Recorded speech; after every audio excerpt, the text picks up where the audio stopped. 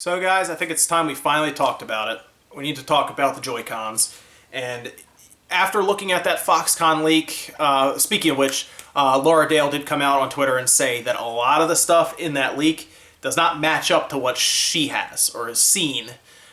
So I'm not really sure how credible that leak is right now. Like I said, it's tremendously detailed, so it's hard to say either way. Because Laura Dale, while having some stuff about games and everything, doesn't seem to have the most specific stuff on hardware in terms of internals and things like that. Not as specific as this Foxconn leak was. So right now, I'm not sure what to think. But I wanted to look at the Joy-Con controllers and kind of just talk about them a little bit. Of course, in that leak, they did talk about a blue and kind of like an orange Joy-Con on each side, which kind of screams Splatoon. That also seems a little too convenient for me since everyone's been talking about Splatoon pack-in bundles.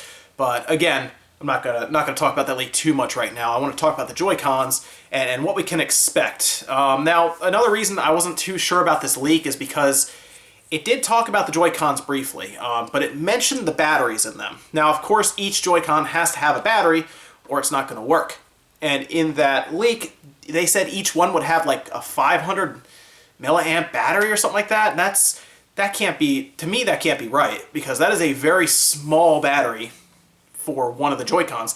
Keep in mind, something like a PS4 controller has like a 2,000 milliamp hour battery, and I just can't see the Joy-Con, which apparently, based on some other rumors and stuff, has like an advanced vibration feature, like force feedback, that will change and pulse depending on what you're doing in the game. Whether you're swinging a sword and hitting something, it'll vibrate differently than if you're like steering a car and you crash into something. So it's a little hard for me to believe that a motor would be in each one, and each one would only have a 500 milliamp hour battery. That would not last that would be 2 or 3 hours max. It would go away quick. So I can't see that being an actual thing. I would consider it to be correct if it was more like a 1,400 milliamp hour battery in each one. It has to be at least 1,000, that's all I'm saying, because then you can at least get 4 hours out of it. And of course, the other thing that was interesting to me about these Joy-Cons, now in every trailer, every angle we've seen, there's no real way to charge these things with like a cable. And that got me thinking, in that leak again, they said the Joy-Cons are very complex inside. And again, that got me kind of thinking about this.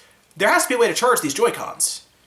And the only way that they can really charge is through that sliding click, and then it has to charge when it's in dock mode, from what we can tell. Now, remember, there's also that centerpiece that they slide into. I'm not sure if that's just a piece of plastic. It appears to have some kind of internals, though, because remember that those lights on the center do seem to light up.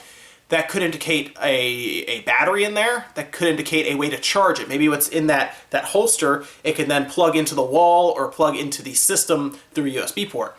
But if it can charge through the sides when it clicks in, that can actually be pretty cool, because then we basically have an electric current running through there. And that could also tell us that if the battery is running low in either Joy-Con, possibly clicking it in would then be able to use the battery from the system as well. That's another reason that the leak with its, I think it was like a 43 or 4,400 milliamp hour battery, it's not high. I was expecting at least 5,000.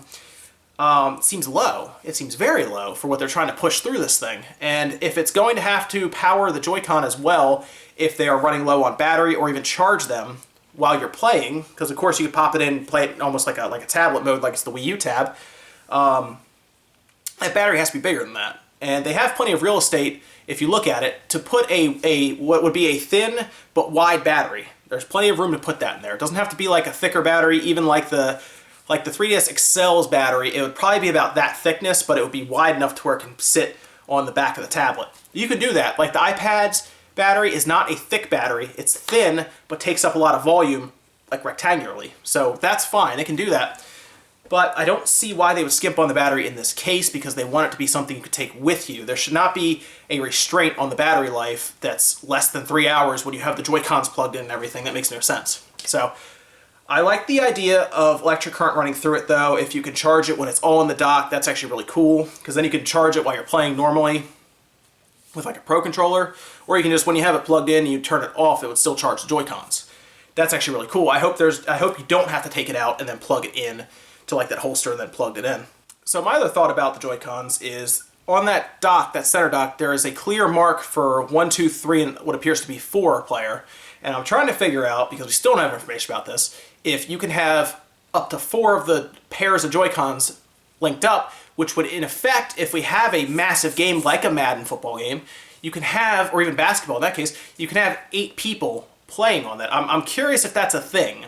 I don't know if that's possible, but if 4 of the pairs can sync up, and you can always take a pair from each one and turn it into 8 players, that would actually be a pretty cool selling feature. A lot of people don't realize this, but the PS3 can actually sync up to 7 controllers. You can actually have up to 7 people playing on the PS3. And what'll happen is when you get past 4, like 1 and 3 will light up, or 1 and 4, and it, just to give you an idea of how that works. And you can do up to 7 people. You can play games like WWE games, like wrestling games. FIFA was really big at that time for that, and you could play up to 7 people, which is a cool idea. I'm wondering if the Switch can do more than 4 players. That would actually be really cool. If we can play games, you know, like a Mario Kart, maybe not on the same screen, obviously. That's a bad example. How about like FIFA? Or like Madden, you can do that many people because they're all on the same screen, obviously. But the idea of being able to have 8 people would be really cool. You know, 4 sets of 2, that'd be neat. But the other thing, I think the other reason they're saying it's complex inside is because the radios have to be pretty decent inside of it if it's going to do things like Bluetooth or Wi-Fi. Of course, the charging, they have to fit a battery in there that's a decent size. There's a lot of stuff that has to go on inside the Joy-Cons. Also, of course, we're thinking there might be like a gyro sensor so you can detect if it's being turned, maybe an IR blaster if it's being pointed at the TV. There's a lot of stuff that they want to try to pack into this thing. So that's going to be interesting because these Joy-Cons are not big and they have to be light as well, because if you're holding them with 2 hands, that you don't want it to get kind of heavy on one side, or you can get fatigued, believe it or not, pretty easily. Of course, when they go together, it would be less fatiguing, so that's fine, because I assume most of us, when we do play, are going to use that piece and click it in and have an actual controller out of it. What do you guys think about the Joy-Cons, though? I'm still trying to kind of, I guess, piece some stuff together with it. I just want to know if you can charge it while it's in the dock with the tablet. That's the most telling thing to me. I hope we don't have to take them out and then plug them in separately as well, but that also means that there would have to be some way for the hinge or the sled on the side to then click in to contacts on either side, which that's an engineering feat in itself. That would be interesting to see. So I'm getting real excited though for January. Like I said, I think I'm more excited for March because I want to take this sucker apart and see what we're dealing with. But yes, I'm excited. But yeah, definitely guys, make sure you're donating for Tech Wave. I'm going to try to record our first one tomorrow, early Thanksgiving. We're going to see if we can do it. So I'm kind of excited. I kind of have an idea picked out, and one of the viewers, one of you guys, actually is sending a PlayStation 3 in, a first generation one from what I can tell. And we'll be taking that apart too, so I think we'll have a lot of fun looking over that and kind of getting into the system and seeing what makes it tick. So when that gets here though, we'll do that. It'll be a lot of fun. But until then, I will see you guys next time.